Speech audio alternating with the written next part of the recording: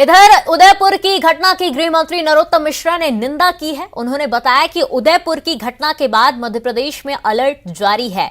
DGP को कानून व्यवस्था के मद्देनजर नगर सभी जगह निगाह रखने की निर्देश दिए गए हैं। उन्होंने इस घटना को दरिंदगी की इंतहा बताया है। देखा मैंने विजुअल फुटेज, वो व्हाट्सएप पे दरिंदगी की इंतहा है।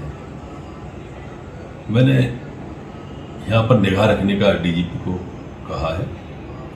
मध्य प्रदेश में एकदम शांति है, ऐसी कोई दिक्कत नहीं है। ये कांग्रेस की तुष्टिक नीति के कारण वीरों की भूमि राजस्थान का तालीबालीकरण होता दिख रहा है। दहशतगर्दी के हौसले इतने ज्यादा बुलंद हैं कि ऐसी लोमहर्षक हृदय विदारक घटना आईएसआई की तरह एक निर्दोष का गला काट दिया। कश्मीर, पश्चिम बंगाल और केरल के बाद अब राजस्थान भी कट्टरपंथियों का गढ़ बनता जा रहा है।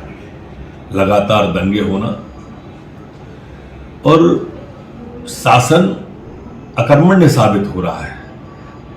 मुख्यमंत्री गहलोत जी ने दंगाइयों के सामने ऐसा लगता है घुटने टेक दिए।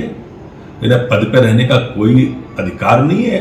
ऐसे मुख्यमंत्री को इस्तीफा दे देना चाहिए। एआईएमआईएम सुप्रीमो असदुद्दीन ओवैसी ने राजस्थान के उदयपुर में हिंदू युवक की हत्या की निंदा की है।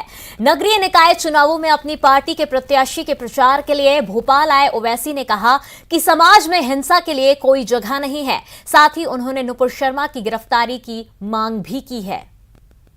उदयपुर में जो हत्या हुई है वो कंडेमनेबल है। किसी भी सोसाइटी में, हमारे देश में कोई भी वायलेंस नहीं कर सकता, ना वायलेंस को लेकर इस तरह का काम कर सकता है। हम उसकी कड़े शब्दों में उसको कंडेम करते हैं, उस वाक़े को, और रूल ऑफ लॉ प्रिवेल होना चाहिए। उन्होंने जो प्रधानमंत्री के बारे में कहा, हम उसका भी कंडेम कर। केंद्रीय मंत्री नरेंद्र सिंह तोमर ने मुरैना में महापौर चुनाव कार्यालय का उद्घाटन किया। इस मौके पर महापौर प्रत्याशी मीना मुकेश जाटव के लिए वोट देने की अपील भी की। केंद्रीय मंत्री ने अपने चिर परिचित अंदाज में वरिष्ठ भाजपा नेताओं और कार्यकर्ताओं से महापौर प्रत्याशी के लिए चंदा भी मांगा। केंद्रीय मंत्री की इस मांग पर सभी ने महापौर प्रत्याशी के लिए बढ़ चढ़कर चंदा भी दिया। अब परशुराम जी से कहीं ना कहीं कोने में विरोध में थे, लेकिन आज ये चारों महान मूर्तियां अपने अपने घर को छोड़कर मुरैना की भलाई के हित में, मध्य प्रदेश के विकास के हित में कांग्रेस को तिलांजलि देकर अब भारतीय जनता पार्टी की ताकत बन गए। जरा ये चारों लोगों को जरा जोरदार तालियां बजा दो भाई, थोड़ा खड़ा हो जाओ। और भोपाल से बड़ी खबर, निर्वाचन कार्य में बाधा पहुंचाने वालों को नोटिस जारी किया गया है। भिंड जिले में निर्वाचन कार्य में बाधा पहुंचाने वालों को नोटिस जारी। एसडीएम ने कारण बताओ नोटिस जारी किया है। पुनर्मतदान में खर्च हुई राशि जमा करने को लेकर नोटिस जारी किया है। राशि तत्काल जमा न करने पर अवैध निर्माण को तोड़ने की कार्रवाई होगी।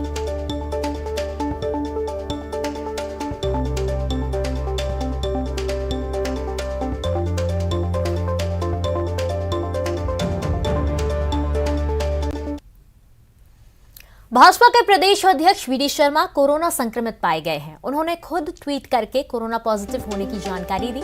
उन्होंने बताया कि मैं घर पर ही क्वारंटाइन हूं। जो लोग मेरे संपर्क में आए हैं वे भी अपना टेस्ट करवा लें।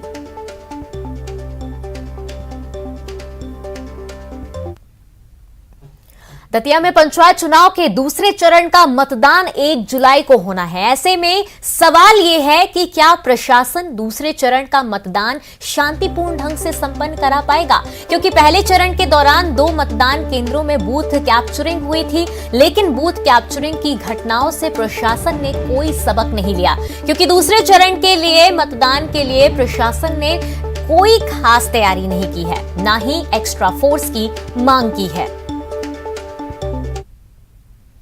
शासन पूरा सक्रिय है कि ऐसी कोई घटना ना घटे। पूरा सभी चौकन्ने हैं और बाकायदा हमारी पूरी पार्टी एक्टिव भी है, प्रशासन एक्टिव है, जो प्रयास करेगी कि ऐसी घटना की पुनरावृत्ति ना हो। कोई और भी फोर्स की डिमांड की है? जो पर्याप्त फोर्स जो फोर्स है जो उतने हैं।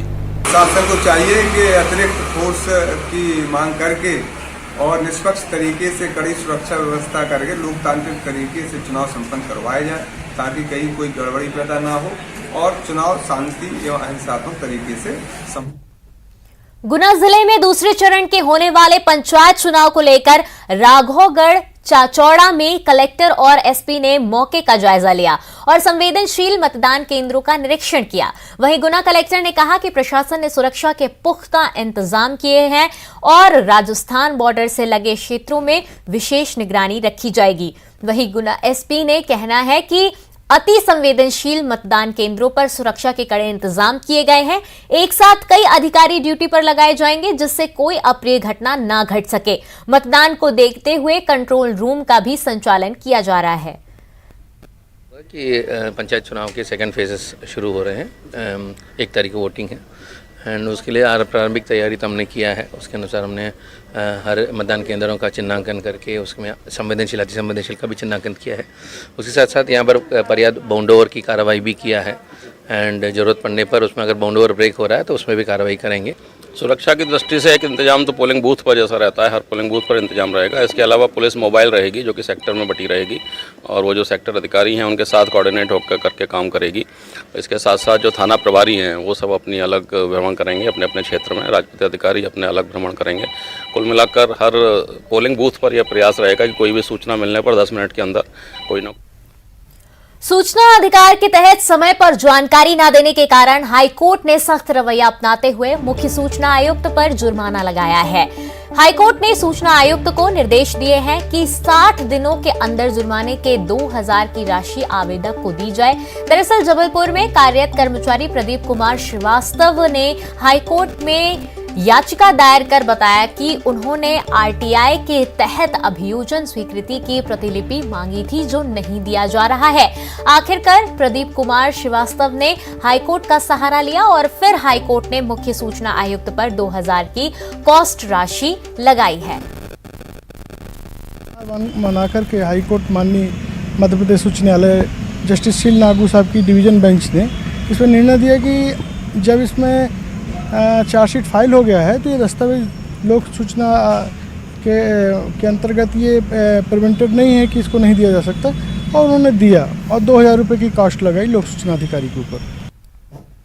खरगोन के सनावत थाना क्षेत्र के ग्रामीण इलाके में घूम रहे 3 नकली किन्नरों की असली किन्नरों ने पिटाई करके सबक सिखाया। दरअसल ग्रामीण क्षेत्रों में नकली किन्नर घूमकर ग्रामीणों को डरा धमकाकर अवैध वसूली कर रहे थे। ग्रामीणों की सूचना के बाद सनावत के असली किन्नरों ने पास के बड़ूद गांव पहुंचकर 3 नकली किन्नरों को धर दबोचा। बताया जा रहा है कि सताजना गांव में एक घर में घुसकर महिलाओं को अकेला देखकर डरा धमकाकर 10,000 रुपए लेकर नकली किन्नर फरार हो गए। बाद में पुलिस मौके पर पहुंची और सनावत थाने ले गई।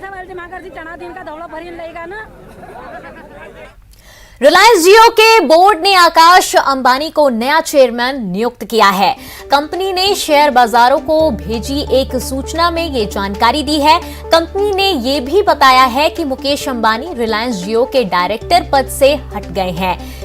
रिलायंस जियो ने शेयर बाजारों को भेजी गई सूचना में बताया है कि 27 जून 2022 को हुई बैठक में बोर्ड ऑफ डायरेक्टर्स ने मुकेश अंबानी के डायरेक्टर पद से इस्तीफा को स्वीकार कर लिया।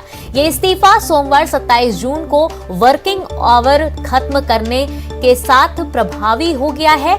इसके साथ ही बोर्ड ने बैठक में कंपनी के non executive director Akash Ambani को बोर्ड ऑफ डायरेक्टर के चेयरमैन पद पर नियुक्ति की मंजूरी दे दी है। आकाश अंबानी रिलायंस इंडस्ट्रीज के चेयरमैन मुकेश अंबानी के बेटे हैं। वे साल 2014 में रिलायंस जियो के बोर्ड में शामिल हुए थे। बता दें, रिलायंस जियो ऑयल से लेकर रिटेल तक के बिजनेस में मौजूद कारोबारी समूह रिलायंस इंडस्ट्री की टेलीकॉम यूनिट है।